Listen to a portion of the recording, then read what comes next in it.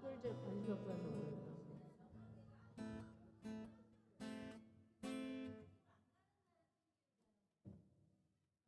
아 그냥 쌤이 안 가라면 안 가는 거.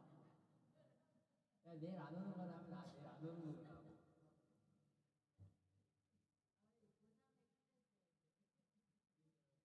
근데 뭐 수능 끝나면 안 갈 거니까 얼굴 사진 찍고 바로 갈 거지. 기도하고 예배드리겠습니다. 사랑의 하나님, 은혜를 감사합니다. 오늘도 거룩하고 복된 주님의 날을 기억하게 하시고 하나님 앞에 나와 주님을 찬양하며 예배드릴 수 있는 은혜 주심을 감사합니다. 이 시간 드려진 예배를 통하여 하나님 한 분만의 영광을 받으시고 우리에게는 전사를 통하여 선포되어지는 하나님의 말씀이 우리 삶을 변화시키는 능력의 말씀으로, 은혜의 말씀으로 임하여 주시기를 원하오며 찬양 받으시기 합당하신 예수님 이름으로 감사하며 기도드립니다. 아멘. 우리 139장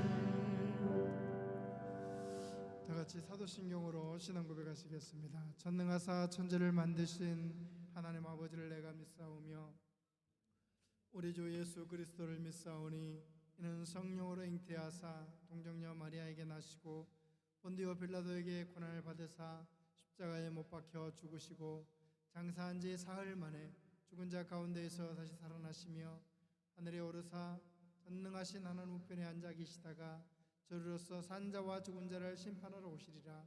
성령을 믿사오며 거룩한 공회와 성도가 서로 교통하는 것과 죄를 사하여 주시는 것과 몸이 다시 사는 것과 영원히 사는 것을 믿사옵나이다. 아멘. 시간 우리 김아람 학생 나와서 기도하고 성경 봉독하겠습니다.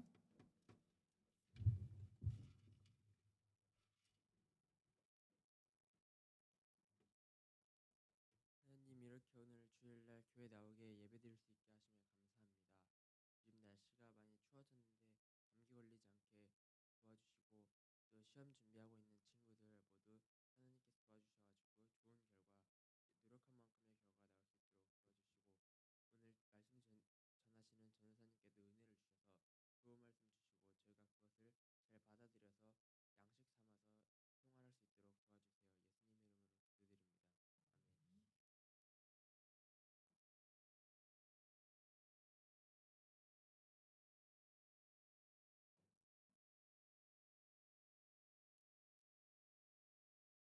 자녀이면 또한 상속자 곧 하나님의 상속자여 그리스도와 함께 한 상속자니 우리가 그와 함께 영광을 받기 위하여 고난도 함께 받아야 할 것이니라.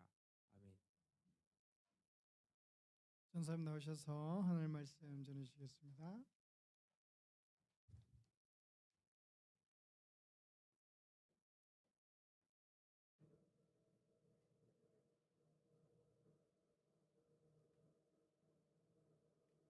네, 감사합니다.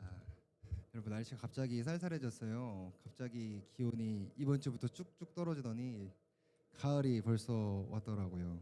여러분 감기 정말 조심하시고 환절기 때 감기 많이 걸리더라고요. 막 콧물 훌쩍거리는 막 그런 모습들도 많이 봤었는데 네, 감기 조심하시고 또 이제 시험이죠, 여러분. 딱 이제 시험 기간 이번 주 아마 시험 기간일 텐데 다들 시험 잘 보시고 파이팅 했으면 좋겠습니다. 여러분을 위해 응원하고 기도하겠습니다.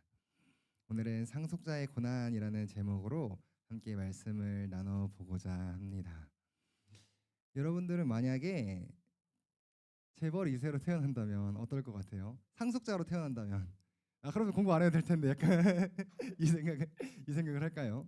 혹시 그런 상상 해본 적 있나요? 내가 굉장히 부잣집에서 태어나서 막 그런 막 석유 재벌의 아들로 태어나서 딸로 태어나서 약간 재벌 2세 3세의 아들로 딸로 태어났을 때 어떤 삶을 살까 한번 생각해 본 적이 있나요? 아마 많은 사람들이 이런 상상을 한 번씩은 해봤을지도 모르겠어요. 아마 어려운 일이 닥칠 때마다 이런 상상을 하는 사람도 있더라고요. 만약 여러분들이 이런 상속자들이다라고 말한다면 여러분들은 믿으실 수 있겠어요? 여러분들은 이미 재벌집의 아들들이고 딸들입니다라고 이야기하면 여러분들 믿으실 건가요? 아마 여러분들은 전도사님 또 뻔한 얘기를 하실 거잖아요라고 얘기할지도 모르겠습니다. 아마 뻔하다면 뻔한 얘기고 아닐 수도 있는 얘기일 거예요. 우리는 하나님의 나라를 상속받은 하나님의 자녀들이다라고 성경이 말하고 있기 때문입니다. 14절은 이렇게 말하고 있어요. 무릇 하나님의 영으로 인도함을 받은 사람은 곧 하나님의 아들이니라. 영원한 생명을 얻는 것, 이것이 우리가 하나님의 아들과 딸이 되었기 때문입니다. 많은 사람들이 재벌 2세를 부러워하는 이유가 뭘까요? 아마 내가 무언가 노력하지 않아도, 내가 무언가 얻으려고 애쓰지 않아도 요구만 하면, 이제 석유 재벌이신 아빠나 엄마한테 요구만 하면 다 할 수 있기 때문이라는 생각이 들어요. 내가 노력하지 않아도 많은 것들을 누릴 수 있고 행복을 얻을 수 있어서 많은 사람들이 재벌 2세 3세를 부러워하고 그런 삶을 상상해 보는 것 같습니다. 16절에서도 우리가 하나님의 자녀다라고 이야기하고 있어요. 우리 또한 하나님의 아들과 딸이 되었기 때문에 우리가 어떠한 노력을 하지 않아도, 우리가 어떠한 헌신과 수고를 막 하지 않아도 우리는 이미 하나님의 자녀들로서 영생을 상속받은 사람들이다라고 성경은 얘기하고 있습니다. 이것이 바울이 얘기하는 구원의 방편이고 구원의 방식입니다. 구원을 얻는다라는 것은 예전에 자유를 얻는 것이다라는 이야기를 했었어요. 기억하시나요? 모든 죄와 세상의 유혹으로부터 우리가 자유롭고 죽음과 그런 공포로부터의 자유를 누리는 것. 이 자유는 생명을 의미하기도 합니다. 우리가 예수님을 믿게 되고 하나님의 자녀가 되어서 영원한 생명을 얻었기 때문에 우리가 모든 것으로부터 자유로울 수 있는 것이죠. 따라서 구원을 얻은 우리는 자유롭고 생명이 넘치고 하나님의 자녀가 되었다는 사실을 우리는 기억해야 합니다. 우리는 그렇기 때문에 자유로운 사람이에요. 재벌집 아들이 자유롭기 때문에 다들 부러워하는 것도 있는 것 같아요. 어떤 사람들은 돈 많아봤자 다 소용없어. 어차피 돈 때문에 싸우고 갈등하고 힘들어할 텐데 라고 얘기하는 사람들도 있을 겁니다. 우리는 자유인입니다. 예수님께서 우리 안에 살아 계시기 때문에 일상의 어떤 유혹이나 어떤 죄로부터 우리는 자유로울 수 있습니다. 이미 우리는 예수님과 함께 십자가에 죽고 다시 살아난 사람들이기 때문이죠. 그렇기 때문에 우리에겐 생명이 넘친다고 볼 수 있어요. 재벌집 아들에게는 돈이 넘친다고 할 수 있겠지만 우리에겐 그보다 더 귀한 생명이 우리에게 차고 넘치게 됩니다. 그렇기 때문에 우리에겐 더 이상 죽음이 존재할 수 없습니다. 그리스도인들에게 죽음은 끝이 아니기 때문입니다. 많은 사람들이 죽는다라는 것을 그저 끝나고 없어진다라고 이해합니다. 믿지 않는 사람들에게 죽음 이후의 삶에 대해서 물어보면 그런 건 존재하지 않아 라고 이야기합니다. 먼지가 돼서 다 없어질 뿐이지 라고 이야기를 하죠. 그러나 그리스도인들에게 죽음은 끝이 아닙니다. 설령 어떠한 상황이 우리에게 찾아올지라도 우리는 끝나지 않을 것입니다. 우리는 언제나 하나님의 자녀라는 사실을 기억해야 해요. 원수였기 때문에 하나님과 함께 할 수 없었던 우리가 이제 하나님의 자녀로 신분이 완전히 바뀌게 된 것이죠. 하나님께서 우리를 먼저 자녀로 삼아 주셨기 때문에 우리가 어떤 행동을 해야만 자녀 신분을 유지할 수 있는 것이 아닙니다. 이것이 하나님께서 우리에게 보여주신 진짜 사랑이죠. 예를 한번 들어볼까요? 재벌집 아들이 자기가 어떤 각고의 노력을 해서 자수성가를 한 것이 아닌 경우가 굉장히 많아요. 상속자인 사람들은 대부분 부모님의 것을 물려받는 경우가 많죠. 누군가의 아들로, 누군가의 딸로 태어난다면 우리는 좋든 싫든 그 부모님과 함께 살 수밖에 없게 됩니다. 여러분들 혹시 태어나면서 부모님을 선택하고 태어나신 분 계신가요? 나는 이 부모님을 선택하겠어라고 하고 태어난 사람은 아무도 없습니다. 자녀들은 이것을 선택할 수 있는 권리가 없습니다. 좋든지 싫든지 한 가정이 되어서 함께 살아야 하죠. 그들이 서로 같은 DNA를 계속 공유하고 가지고 있다는 사실은 우리가 무슨 짓을 하더라도 변하지 않을 거예요. 이렇듯 하나님의 자녀가 된 우리는 이제 하나님과는 때려야 뗄 수 없는 사이가 되는 것이죠. 그것이 하나님께서 우리에게 보여주신 하나님의 자녀 된다라는 말의 의미입니다. 본문은 하나님의 자녀된 사람이 네 가지를 알아야 한다라고 이야기를 해요. 첫 번째는 하나님의 영이 우리를 인도해 주신다라는 것입니다. 우리가 여러 일들을 제쳐놓고 지금 이 자리에 왔어요. 어떻게 우리가 이 자리에 올 수 있게 되었을까요? 여러분들은 각자 다른 생각을 가지고 있을지도 몰라요. 제가 열심히 부지런하게 일어났으니까 제가 어제 일찍 자서 그래요. 부모님이 깨워줘서 올 수 있었습니다. 저는 모든 게 다 맞지만 하나님의 영이 인도하여 주셨기 때문에 우리가 왔을 것이다라고 생각을 합니다. 하나님이 우리와 함께 하시고 우리를 교회로 인도해 주시는 그 발걸음을 인도하시지 않으셨다면 우리는 교회에 발을 붙일 수도 없었을 거라고 저는 생각해요. 우리가 어떻게 예수 그리스도를 우리의 구세주라고 고백하고 찬양할 수 있을까요? 우리 아까 방금 같이 함께 찬양했죠. 바다 같은 주의 사랑 내 마음속에 넘치네. 어떻게 우리가 이런 것들을 찬양하고 입술로 고백할 수 있을까요? 하나님의 도심이 아니면 이것을 입으로 고백할 수조차 없다라고 저는 생각해요. 믿지 않는 사람도 찬양하잖아요. 믿지 않는 사람도 고백하잖아요. 라고 이야기할 수 있지만 저는 믿지 않는 사람은 이런 고백조차 하지 않을 것이라 생각합니다. 성령께서 우리에게 가르쳐 주시고 우리에게 찬송할 수 있도록 도와주셨기 때문에 우리가 찬양한다라고 생각해요. 우리가 잘못을 저지를 때 양심의 가책을 느끼는 이유가 무엇일까요? 저는 성령께서 우리의 양심에 찔림을 주셔서 바른 길로 갈 수 있도록 인도하시기 때문이라고 생각합니다.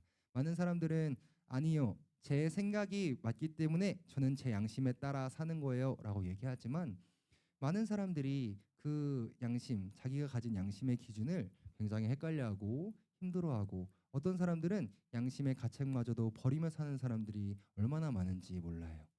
그런 가운데서 양심의 가책을 느낄 수 있다는 사실도 하나님의 도우심이 아니면 하지 못하는 것이 아닐까 생각해 봅니다.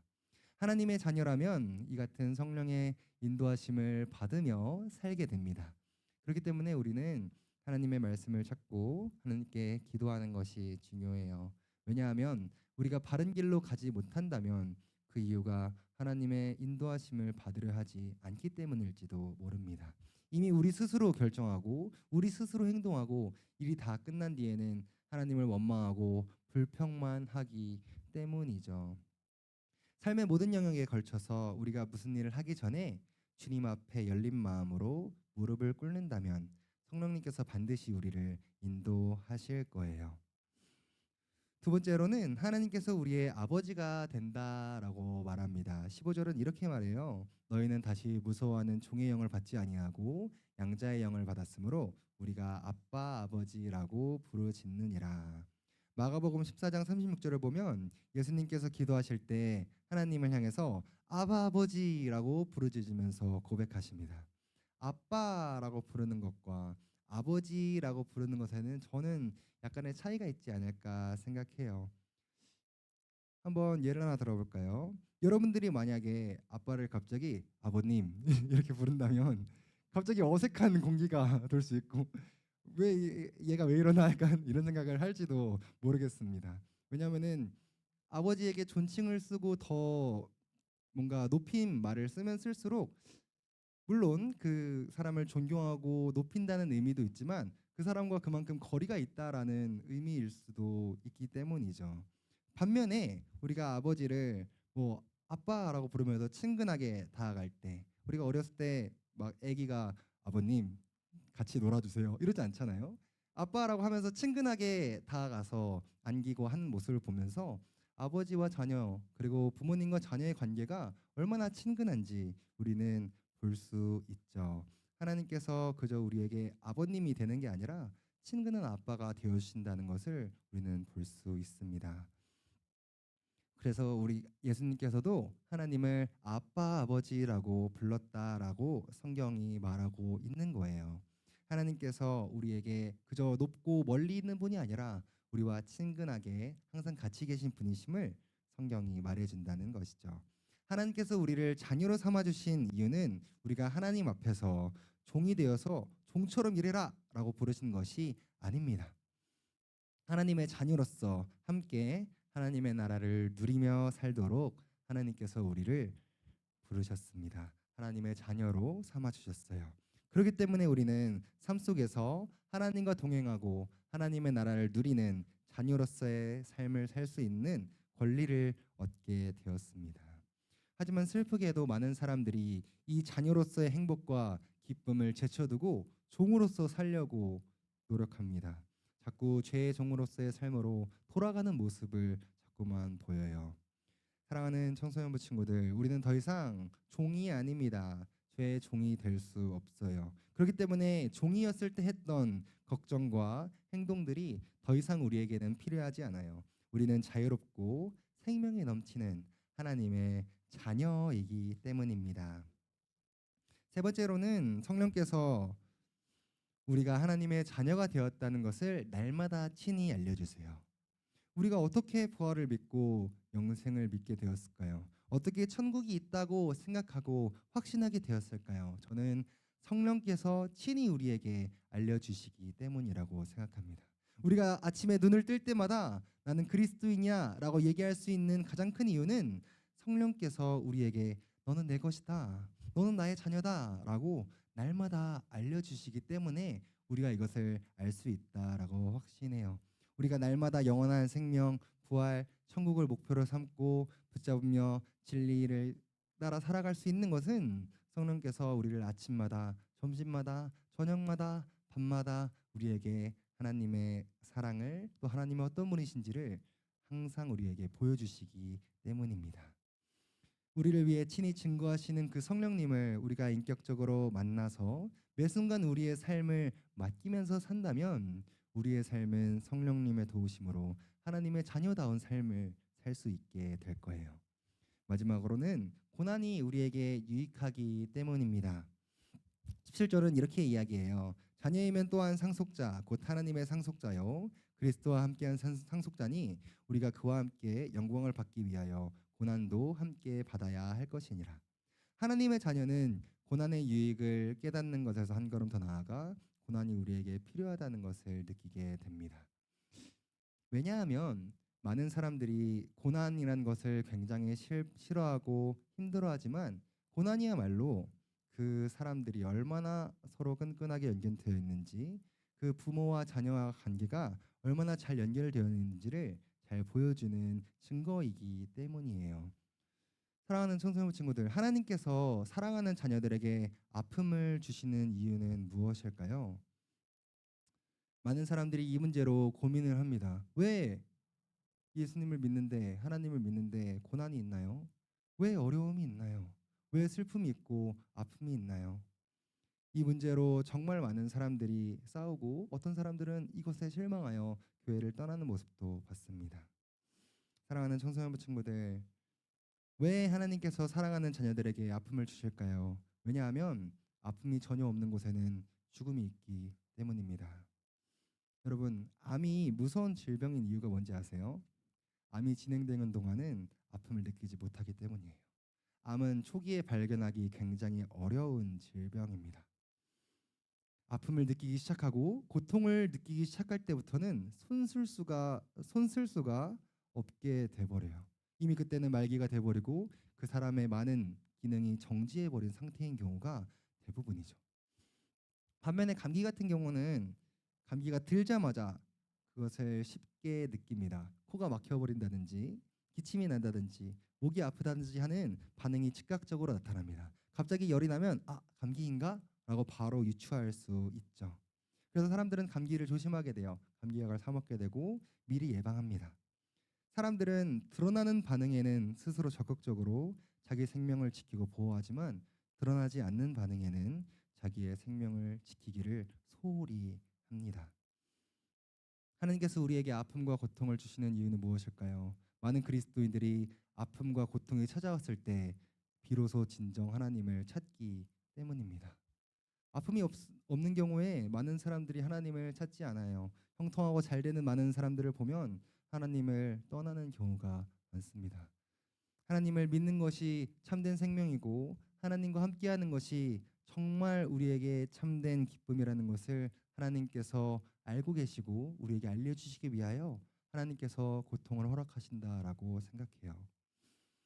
우리는 고난이 올 때에만 하나님을 찾는 경향이 있습니다. 여러분들은 그런가요? 나는 고난이 안 와도 하나님을 찾는데요. 기쁘나 슬프나 하나님을 찾는데요. 라고 한다면 정말 믿음 생활을 잘하시고 계신 거예요.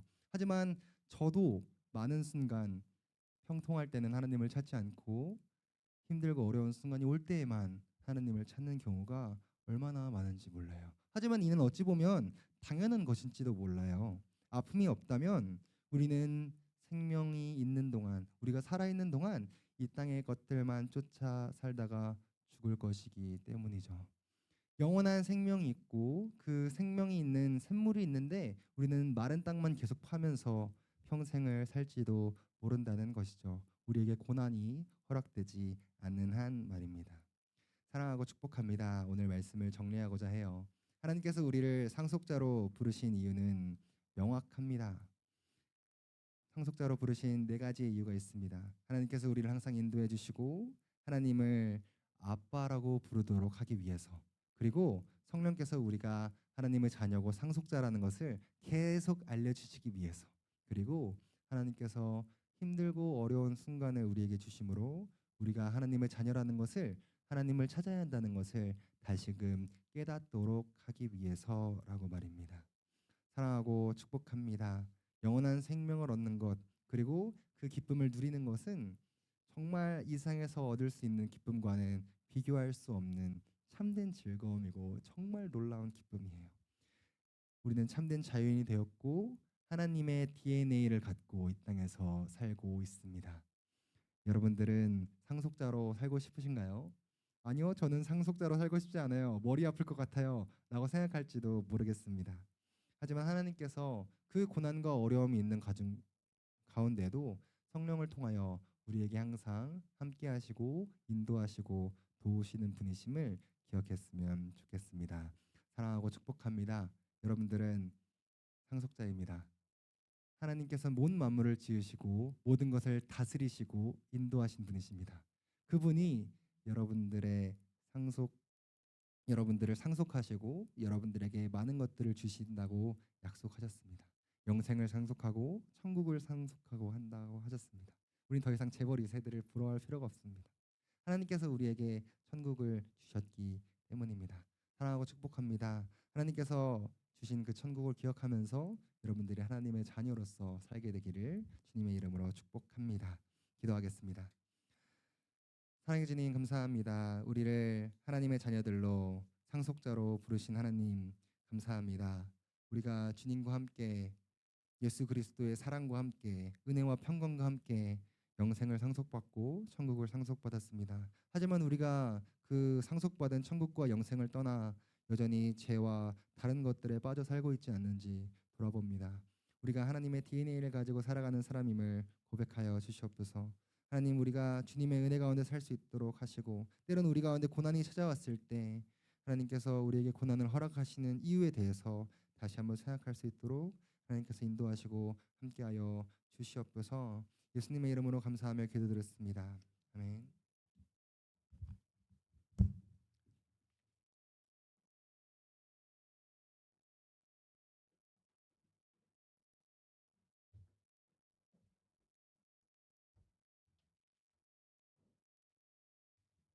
(135장) 찬송 부르시면서 준비한 헌금을 하나님께 드리겠습니다.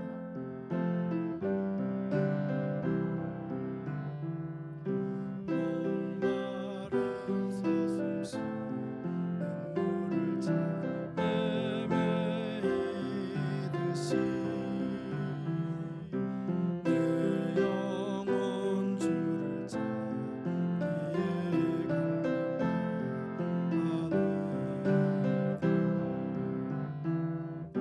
주님만이 나의 힘, 나의 방패, 나의 참선원, 나의 몸 정성 다쳐서 주님께 배합니다.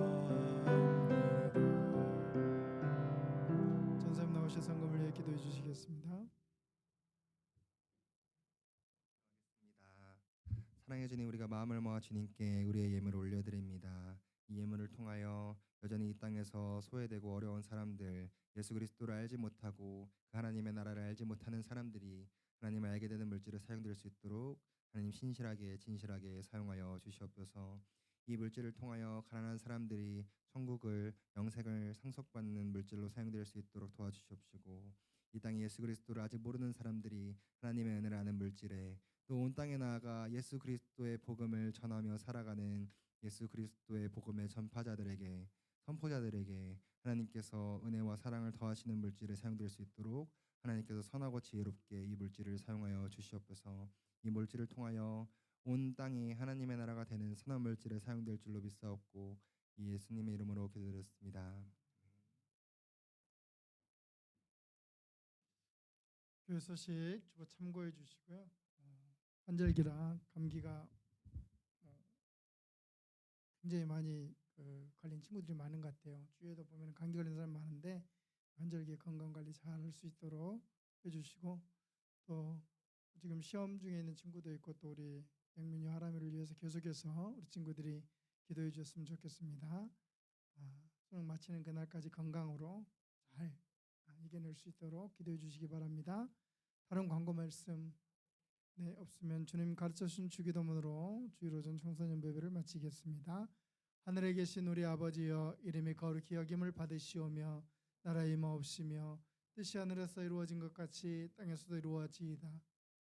우리에게 일용할 양식을 주옵시고, 우리가 우리에게 죄진 자를 사하여 준 것 같이 우리 죄를 사하여 주옵시고, 우리를 시험에 들게 하지 마옵시고 다만 악에서 구하옵소서.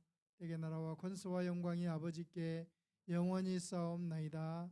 아멘. 예배를 마쳤습니다.